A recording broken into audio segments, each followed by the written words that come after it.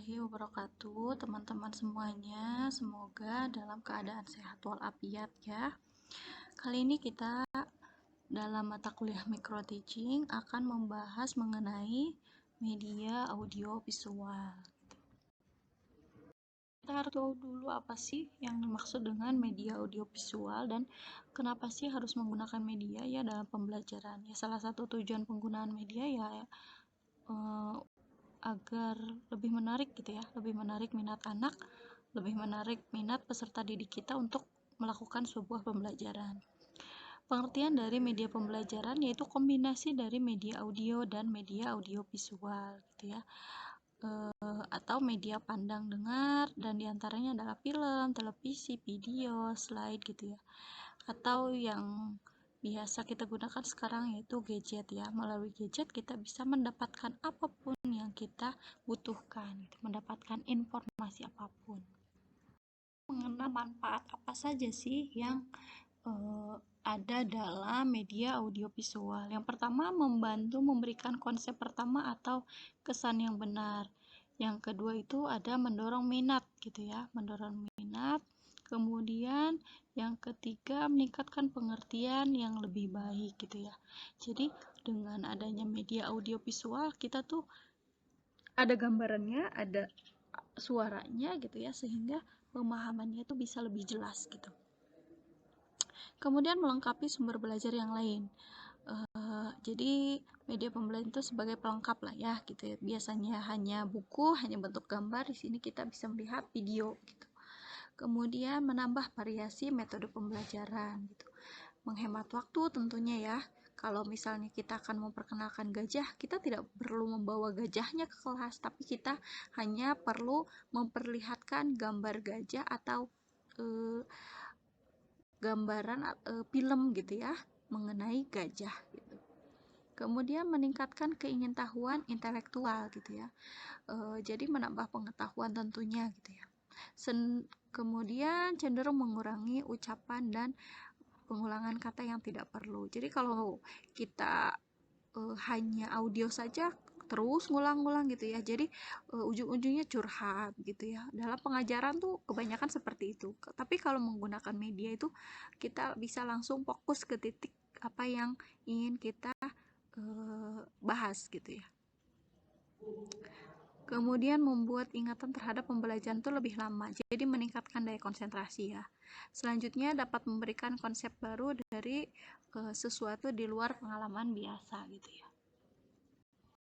Jenis media audio visual. Yang pertama, media audio visual gerak, televisi, video, dan film gitu ya.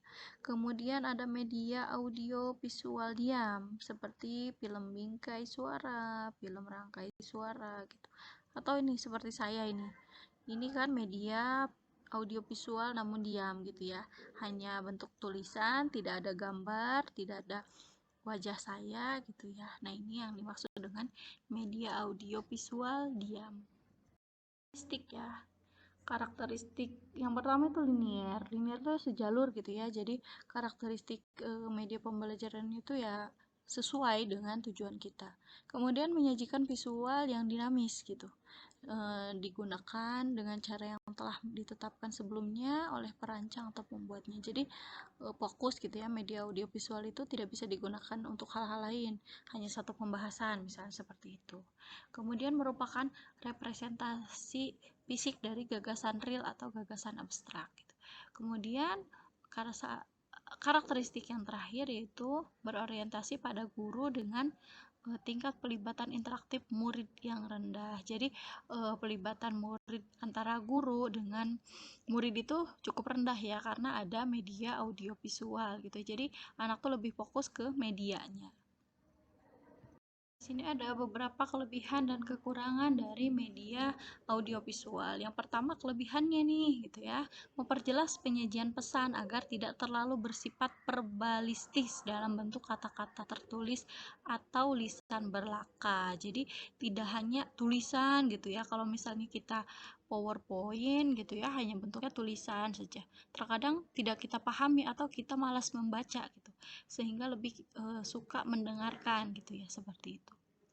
Kemudian mengatasi keterbatasan ruang dan waktu dan daya indera. Jadi ya seperti yang tadi saya jelaskan, kalau kita mau menjelaskan gajah, mau menerangkan mengenai gajah, kita tidak perlu membawa gajahnya ke ruang kelas, tapi kita hanya cukup memberikan tayangan mengenai gajah gitu.